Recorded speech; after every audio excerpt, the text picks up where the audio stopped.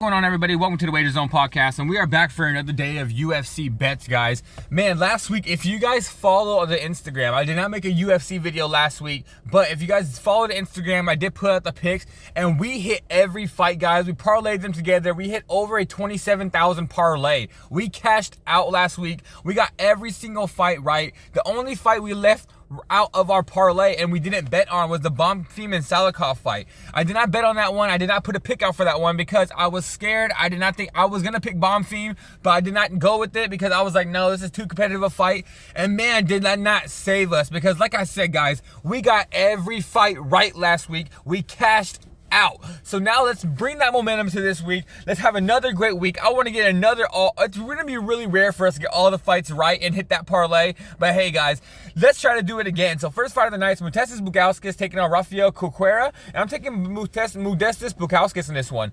I'm not really I don't have a really best read on this one. Probably not going to have too much of an investment on it, but I do think Bukauskas is going to win. Rafael Correia has not fought the competition, but Bukauskas has fought. Bukauskas has really good hands, really good wrestling, and he has good takedown defense. If Rafael's going to win this fight, he's probably going to have to knock out Modestas in the first round, but I just do not see him being able to get to his chin that fast. I think Modestas has good movement. He's going to land the shots on the outside. He's probably going to land some good body kicks, and I think Modestas is going to end up winning this fight via decision. So give me Modestas Bukauskas, the first fight of the night.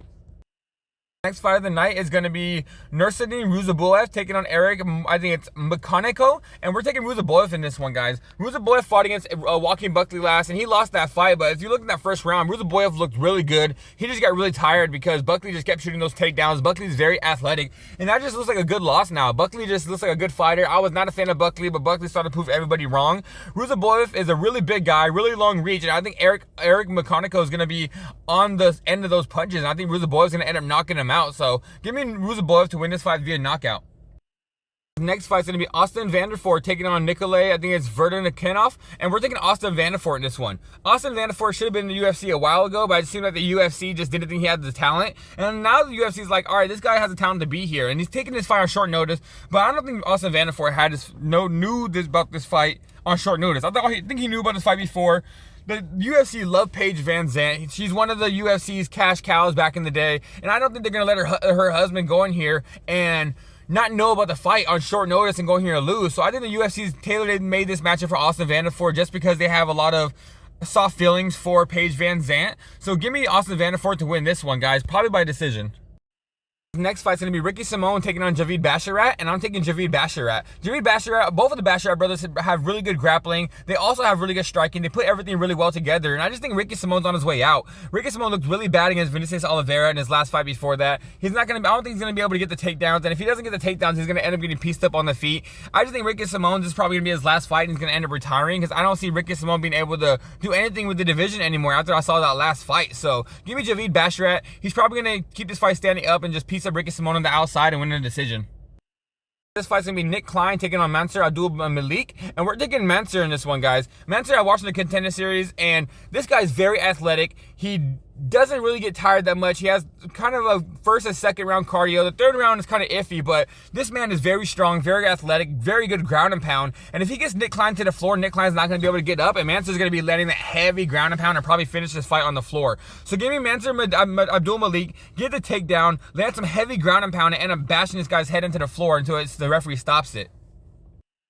It's going to be Andre Fili taking on, I think it's Costa, and we're taking Andre Fili in this one. I was a big fan of Costa coming out of the Contender Series, but he just disappointed me, and I lost some money on him, so I'm just not going to be betting on him again. I felt like he showed a lot of his skills in the Contender Series, but it just didn't translate to the UFC, and it seems like he is kind of getting stagnant with his skills. And I think Andre Fili, this guy's a veteran. This guy's fought everybody. This guy's a really good fighter, really good wrestler. Costa's not going to be able to get him down. I just think Fili's going to be able to take him down as well, and I just think Fili's a dog. So, Fili's a dog, and Costa's not a dog. So when it comes down to it, and it turns into a barn burner dog fight, Fili's going to come out on top every single time in this matchup. So give me Andre Fili in this one. Guys, this fight's gonna be Ion Cutelaba taking Aibo Aslan, and guys, I'm taking Aibo Aslan. I just think Aibo is gonna land the hard shot real quick and end up knocking Ion out. Ion Cutelaba showed really good patience last time, and he didn't try to gas himself out. But now that he's in front of a crowd and in front of a guy that's gonna try to bang with him, I do believe Ion's gonna go out here and try to throw some haymakers, and that's probably gonna be to his demise. I think Aibo Aslan's gonna land one of these hard strikes and end up knocking Ion Cutelaba out. So give me Aibo Aslan to win this fight via knockout.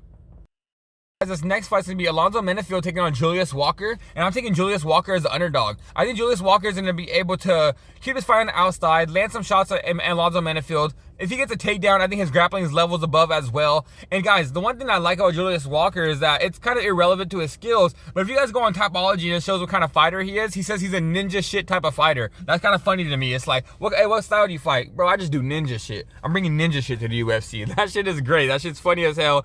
I just think Julius Walker is a really nice guy. Really positive. I watched his interview. He seems like his head's there. He seems like he's ready for this fight. Alonzo Menefield's 37, 38 years old now. I think he's on his way out, and his speed is not there anymore, and I think Julius Walker is going to capitalize on that. So give me Julius Walker as the underdog to win this one.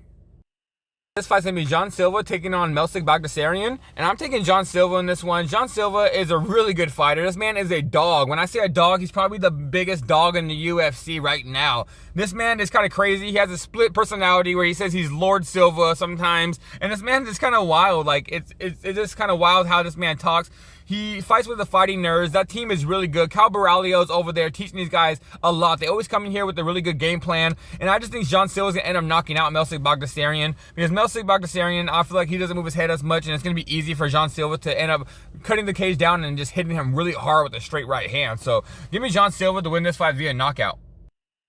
Alright guys, this fight's going to be Rob Font taking on John Matsumoto. And guys, all week I went back and forth on this fight. Early in the week I was on John Matsumoto, but I'm just going to tell you guys right now, I kind of got convinced to take Rob Font. I watched a lot of people's breakdowns. I've seen a lot of my friends talking about this fight, and they convinced me on Rob Font. Rob Font trains out of Canada right now. He has a really good gym where he's training with Zahabi out there, and they are really teaching this guy a lot. Rob Font was a big underdog in his last fight, and it seems like he just came back a brand new fighter. And John Matsumoto, he hasn't fought anybody really. He's still very young, and if he doesn't get this takedown right away, I think Rob Font's going to end up boxing him up. It's probably going to be a 50-50 competitive matchup. I wouldn't doubt if it's a split decision. But guys, I'm going to be taking Rob Font. Like I said, I was convinced to take Rob Font. I was 50-50 on this fight all week. Not very confident in this bet, but I'm going to be taking Rob Font as the underdog.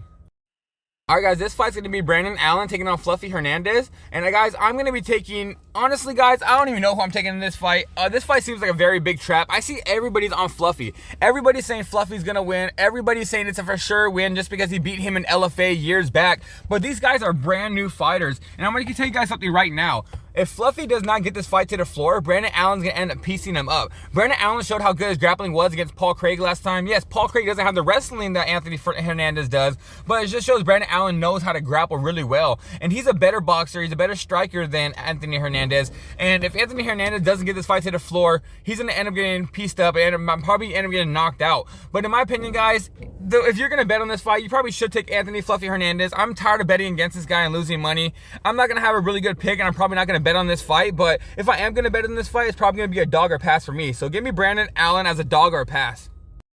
Alright guys, the next fight of the night is going to be the main event. It's going to be Henry Cejudo taking on Song Yadong. And guys, I'm taking Henry Cejudo on the money line. He's a plus 215 underdog, and I just believe Henry Cejudo is going to win this fight. Just like last week with Jared Cannonier, I feel like there was a big competition jump up for Rodriguez. And now with Song Yadong, he's taking on a guy that's a